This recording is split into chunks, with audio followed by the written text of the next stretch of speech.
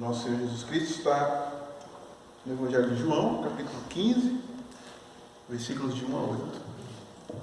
Evangelho de Nosso Senhor conforme João, capítulo 15, versículos de 1 a 8.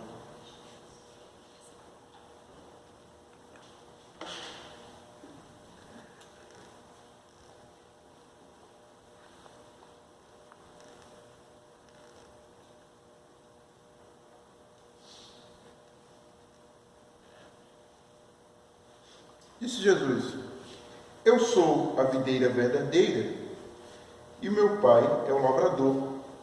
Todo ramo que estando em mim não der fruto, ele o corta, e todo o que dá fruto, ele limpa, para que produza mais fruto ainda. Vocês já estão limpos por causa da palavra que lhes tenho falado. Permaneçam em mim, e eu permanecerei em vocês. Como o ramo não pode produzir fruto de si mesmo, se não permanecer na videira, assim vocês não podem dar fruto, se não permanecerem em mim. Eu sou a videira, vocês são os ramos. Quem permanece em mim e eu nele, esse dá muito fruto, porque sem mim vocês não podem fazer nada. Se alguém não permanecer em mim, será lançado fora à semelhança do ramo e secará. E o apanham, lançam no fogo e o queimam. Se permanecerem em mim e as minhas palavras permanecerem em vocês, pedirão o que quiserem e lhes será feito. Nisto é glorificado o meu Pai, que vocês deem muito fruto, e assim mostrarão que são meus discípulos. Palavras de nosso Senhor. A comunidade pode se assentar.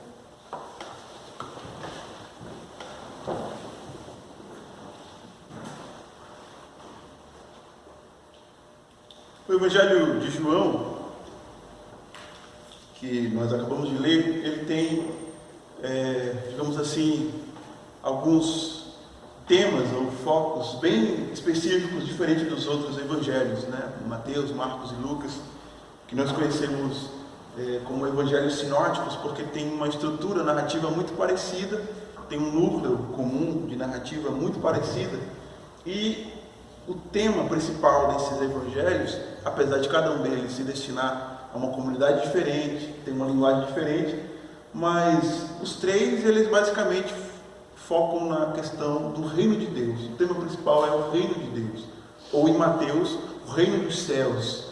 É uma expressão diferente porque Mateus está escrevendo especificamente para uma comunidade judaica e o reino dos céus é algo mais comum para aquela comunidade. Mas em Marcos também há toda essa ideia, né, de chegado o reino de Deus. A narrativa de Marcos inicia com o ministério de Jesus. E o ministério de Jesus é o anúncio do reino de Deus.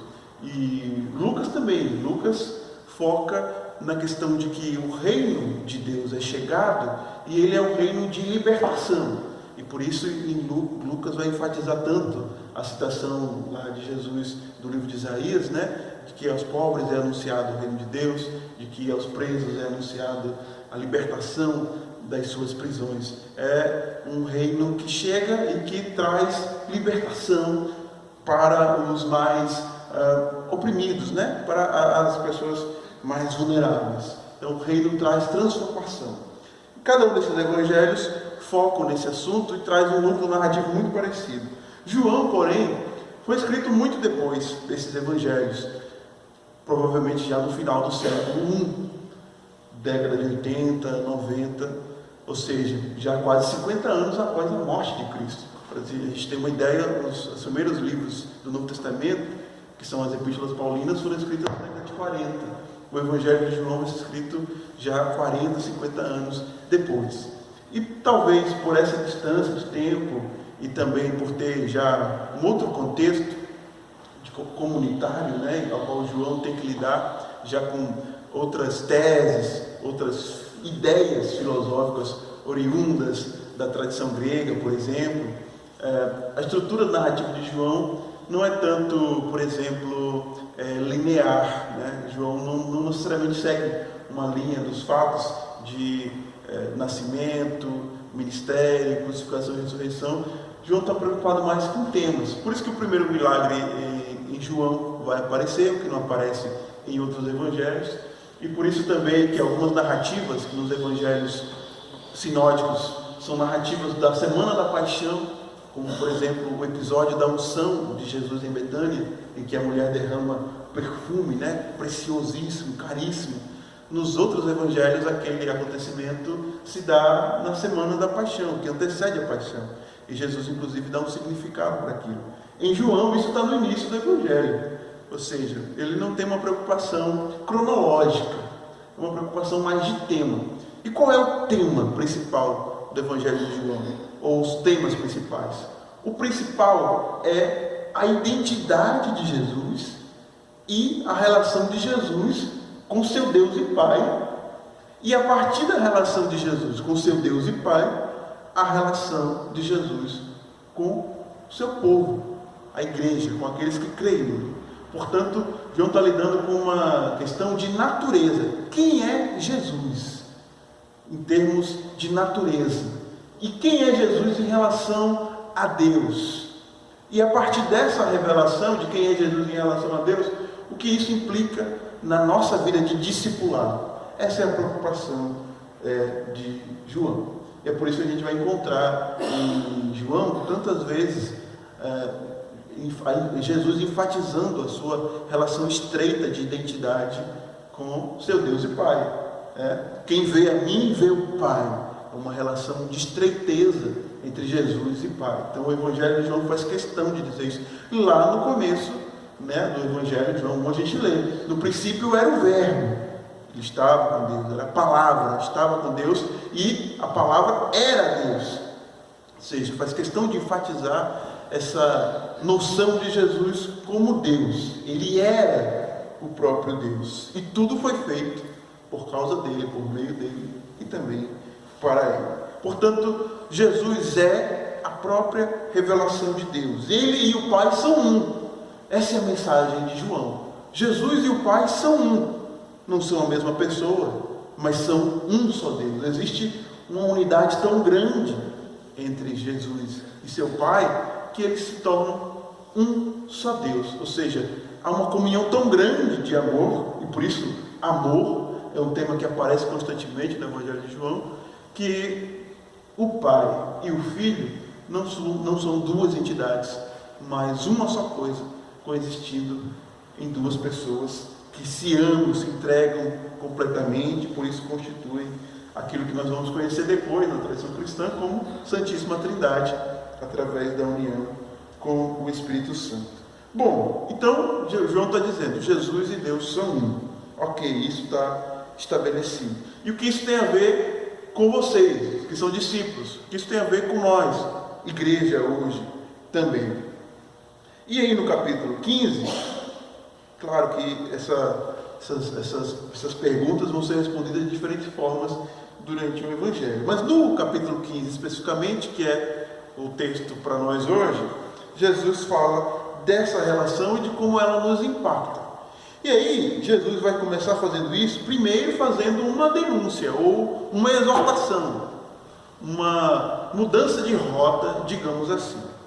Se a gente ler João capítulo 1, a gente vai encontrar nos versículos 11, mais ou menos,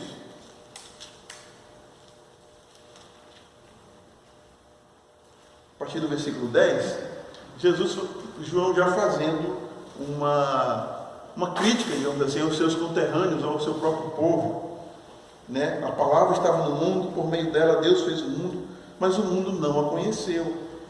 E aquele que é a palavra veio para o seu próprio povo, mas o seu povo não o recebeu. Está falando diretamente aqui para o povo judeu, para o povo de Israel, E a palavra que veio para o seu próprio povo, mas o seu próprio povo não recebeu. João faz questão de colocar essa antítese, digamos assim, com a rejeição do Messias pelo povo de Israel, logo no começo. Olha, Jesus veio, ele é descendente de Davi, né? Os outros evangelhos vão enfatizar isso muito bem. Jesus é o cumprimento da promessa de Deus para esse povo, para essa nação. Essa é a nação escolhida por Deus, de onde Deus trouxe salvação para o mundo.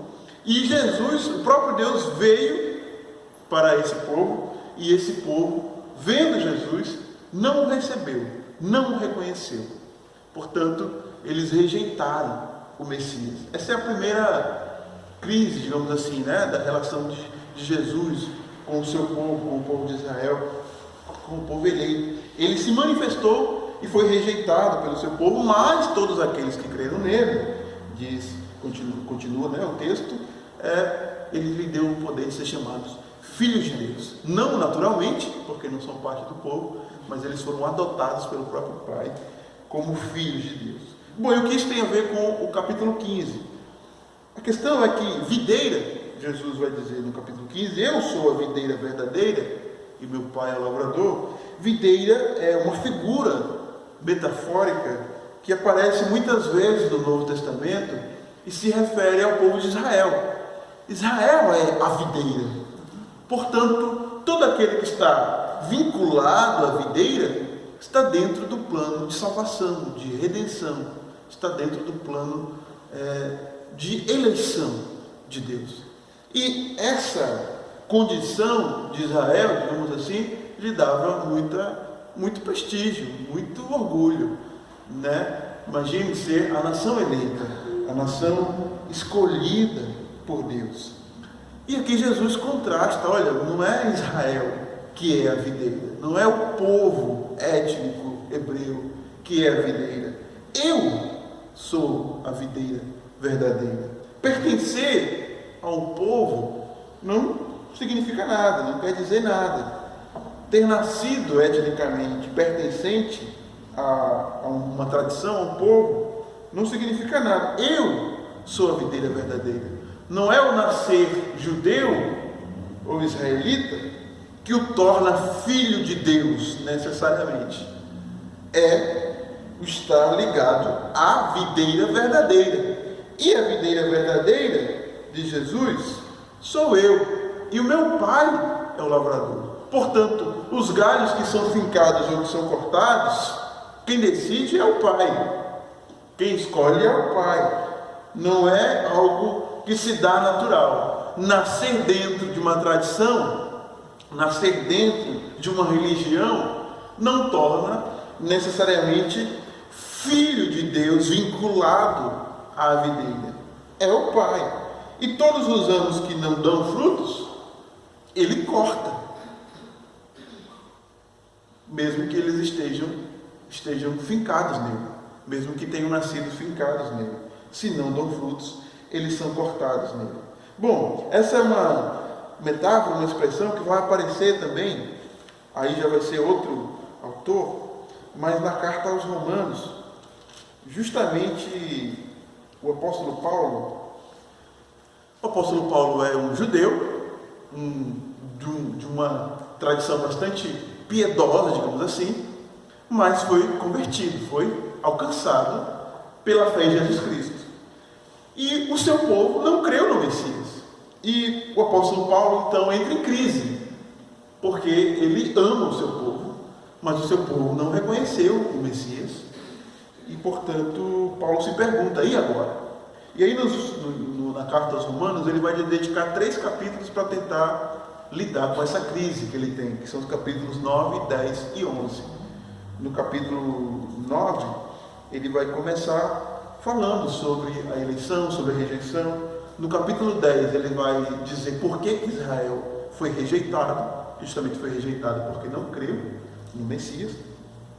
E no capítulo 11, ele vai falar para nós, os não-judeus, ou seja, nós que não éramos o povo eleito, mas por causa da desobediência de Israel, Deus nos deu essa condição, digamos assim, né, de sermos colocados. E Paulo então faz a exortação que o povo de Israel não percebeu, porque ele vai dizendo, bom, por que os judeus caíram? Por que os judeus não creram?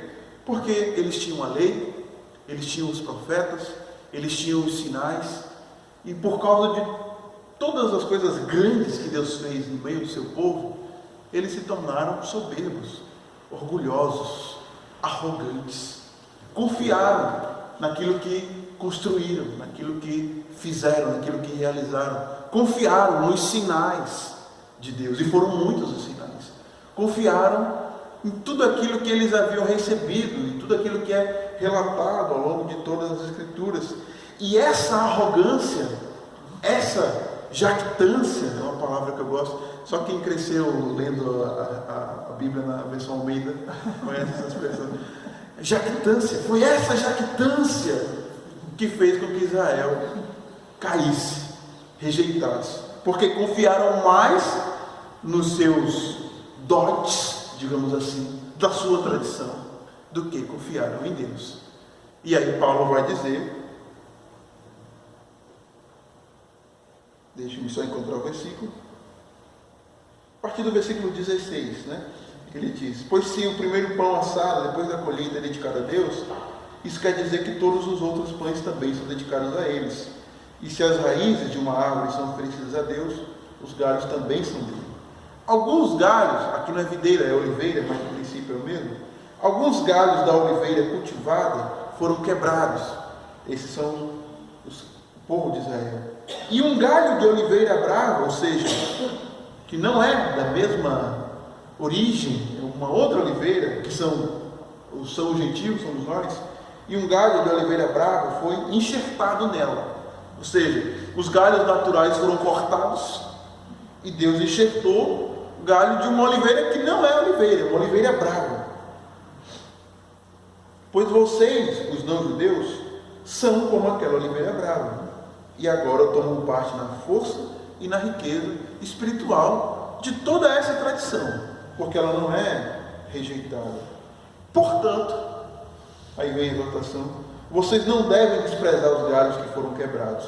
Como é que vocês podem estar orgulhosos? Vocês são somente galhos. Não são vocês que sustentam a raiz, é a raiz que sustenta vocês. Então, como é que vocês se orgulham de dizer, eu sou cristão, né? Sou um cristão, cidadão de bem, e é isso que é o meu orgulho, é o meu prazer. Como é que você se orgulha disso? Por que vocês estão orgulhosos? Ser cristão não é uma dádiva que lhe dá um mérito a mais no mundo, diante de Deus ou de nada. Por que vocês se sentem orgulhosos, como eles foram orgulhosos?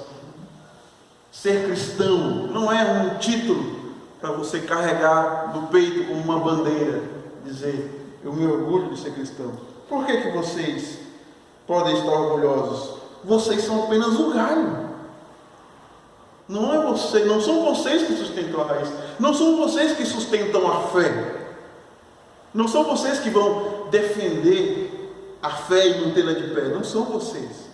Se depender de vocês, a fé ruirá, a fé está perdida. É a raiz que sustenta vocês. Porém vocês dirão, sim, mas os galhos foram quebrados e deram lugar, a fim de dar lugar a nós. Então nós fomos colocados lá, nós somos especiais. Deus nos deu uma condição especial. Isso é verdade, diz Paulo. Mas lembrem-se que eles foram quebrados porque não creram. No entanto, vocês continuam na oliveira porque creem. E não tenham orgulho disso. Pelo contrário, tenham medo. Olha que palavra de Paulo, né? Não tenham orgulho de estarem enxertados na oliveira ou na videira, para lembrarmos do texto de João. Tenham medo. Se Deus não deixou de castigar os judeus, que são como os galhos naturais, vocês acham que Ele vai deixar de castigar vocês, que nem são naturais? Vejam como Deus é bom e também é duro. Ele é duro para os que caíram e bom para vocês, se continuarem sempre confiando na bondade dele. Senão, vocês também serão cortados. Dura essa palavra, mas importante e necessária, para que a gente não caia no erro que os que vieram antes de nós caíram, de nos orgulharmos da nossa própria fé, da nossa própria crença, e nos esquecermos que nós somos apenas os galhos, nós somos apenas os ramos, mas a videira é Jesus. E nós só permanecemos presos a essa videira se nós formos galhos e ramos que dão frutos. E aí tem uma expressão que vai aparecer, acho que no Evangelho de Marcos, não sei se nos Evangelhos do João Batista, fazendo referência, à mensagem de João Batista, e depois essa expressão vai ocorrer na Bíblia, que é ao produzir arrependimento. O arrependimento não é só uma coisa de expressão, mas é preciso produzir frutos dignos de arrependimento. Ou seja, o arrependimento, ele se manifesta em frutos, em frutificação. E é basicamente isso, essa mensagem do Evangelho de João, no capítulo 15. Eu sou a videira, vocês são os ramos. Todos aqueles ramos que em mim dão frutos, o Pai poda, limpa, para que produza mais frutos. E toda aquela que não produz frutos, Ele corta. Porque não faz sentido manter um galho que está morto. Ele corta não porque Ele não gosta, é porque para a saúde da própria videira, os galhos mortos precisam ser quebrados para dar lugar aos novos ramos, aos novos galhos que produzam frutos. Porque são esses frutos que quando crescem, florescem, mantêm todo um ecossistema funcionando, que alimenta animais, que produz novas árvores. Enfim, é necessário que aqueles galhos mortos sejam quebrados para que a vida possa florescer em sua abundância.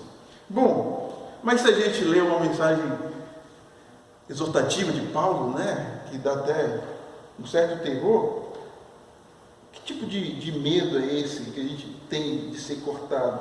Bom, a gente só pode ter medo de ser cortado se nós desviarmos a nossa atenção da videira e centrarmos a nossa fé na confiança em si mesmo. Porque Jesus diz: vocês já estão limpos. Não, eu sei que sou pecador, e agora como eu vou me sentir tranquilo na presença de Deus se eu sei que carrego uma imensidão de pecados? Não é sobre isso que o texto está falando, e não é esse medo, não é ter medo de reconhecer-se como pecador, é justamente o contrário, é ter medo de não reconhecer-se como pecador, porque o que nos torna limpos é os ensinamentos que Cristo tem nos dado. Vocês já são limpos de Jesus, por meio daquilo que eu tenho ensinados a vocês. Portanto, o que vocês têm que fazer? Continuem unidos comigo, e eu continuarei unido com vocês. Pois assim como o ramo só dá frutos quando está unido com a planta, assim também vocês só podem dar frutos se estiverem unidos comigo. O que Jesus está chamando aqui é para que a nossa união com Ele seja parecida com a união de Jesus com seu Pai. O Jesus que disse: a minha comida e a minha bebida é fazer a vontade do meu Pai. Porque o seu prazer, sua alegria, seu contentamento estava em viver próximo de Deus, dependente de Deus, confiante em Deus, mesmo nos momentos mais tenebrosos da sua vida aqui na terra. E o que Jesus está nos convidando, nos chamando, é para que da mesma forma a gente viva tão dependente de Deus, tão necessitado da sua graça, da sua bondade, que não reste em nós nenhum resquício de jactância, de orgulho, de prepotência, de achar que nós somos de fato alguém bom. Sabe, se o próprio Jesus se recusou a esse título certa vez, ele diz: não, eu não sou bom, só tem um que é bom, que é Deus. Se o próprio Jesus recusou esse título, quem dirá nós, diante do mundo, diante das pessoas, diante das da sociedade, nós nos acharmos bons ou melhores que qualquer pessoa. Esse é um sentimento de um ramo para ser cortado. Mas os que permanecem unidos a Cristo, produz frutos de arrependimento, produz frutos de humildade, de caridade, de dependência, de obediência à vontade de Deus, de considerar-se cada dia necessitado e carente de Deus, de fazer aquilo que o apóstolo Paulo diz, considerar os outros superiores a si mesmo, considerar os outros melhores do que eu mesmo, e entender que tudo aquilo que fazemos é porque estamos unidos à videira. Nós somos apenas o galho, é a raiz que nos dá essa sustentação. Quem não está unido a Cristo, de fato, é cortado e jogado fora. Mas aqueles que creem em Jesus Cristo como Filho de Deus, permanecem unidos a Ele, estarão tão unidos com Ele, que Ele diz no versículo 7, que tudo que vocês pedirem, lhes será dado, lhes será feito. E aí, às vezes, a gente pode até perguntar, bom, mas como assim, tudo que eu pedir, Deus vai me dar? Qualquer coisa. Mas não é como se Deus fosse um gênio da lâmpada que a gente esfrega e pede um desejo aleatório. É que, quanto mais íntimos estamos de Deus, mais os nossos pedidos a Deus serão de acordo com a própria vontade de Deus. Por isso não tem como não ser atendido, se a nossa vontade espelha a própria vontade de Deus. Porque a nossa satisfação deixa de ser aquelas aspirações e desejos egoístas, nossos próprios, e se tornam cada vez mais parecidos às motivações e às necessidades, ou aos desejos e à vontade do próprio Deus. E aí não tem como não ser atendido, porque estamos pedindo justamente aquilo que Deus deseja para nós. E esse é o caminho primário ou basilar da nossa vida de discipulado, como pessoas enxertadas na videira verdadeira. E só nesse caminho é que nós podemos glorificar a Deus. E na verdade é só nesse caminho que nós conseguimos ser extensões dessa grande videira, alcançando as outras pessoas, alcançando o mundo e manifestando para esse mundo a glória, a graça e o amor de Deus. Portanto, temam, como disse o apóstolo Paulo, não se orgulhem de já serem salvos, não tenham jactância de já serem salvos enquanto outros estão perdidos. A gente não pode produzir em nós esse tipo de sentimento, mas tem que ter um sentimento, de novo o apóstolo Paulo lá em Filipenses capítulo 2, parecido com o de Jesus, sendo como Deus não teve isso como motivo de orgulho. Esse é o sentimento que deve haver em nós, sendo salvos, sendo limpos, não fazer disso um motivo de orgulho, mas um motivo de gratidão. E com um coração grato a Deus, não tem como não produzir frutos, não tem como não produzir arrependimento, quebrantamento, não tem como não produzir consternação com as nossas próprias fraquezas e pecados, não tem como não se indignar com a nossa reiterada incompetência de permanecermos santos. A gente não tem como não ficar enraivecidos conosco mesmo de não conseguirmos fazer tudo aquilo que gostaríamos, mas ao mesmo tempo não tem como não se tranquilizar, se acalmar, se orgulhar, agora já em outro sentido, de estar acobertado pela graça de Deus, de estar seguro pela graça de Deus. Já não há nada que o coração possa acusar e condenar, que machuque a nossa mente, porque haverá uma confiança tão grande, porque não é uma confiança em nós mesmos, é uma confiança na graça e no amor de Deus, que nos manterá firmes e fortes em todos os momentos da vida. E nisso, o nosso Deus Pai será glorificado e revelado através das nossas vidas, quando nós produzirmos muitos frutos, mostrando ao mundo que somos discípulos de Jesus. Que o Espírito Santo nos ajude, regue o nosso raminho, para que a gente continue produzindo muitos frutos Que o Senhor nos molde, nos limpe, nos regenere, coloque um bom adubo, né, para a gente crescer, frutificar e a nossa vida ser uma expressão de louvor e de gratidão ao nosso Deus. Amém.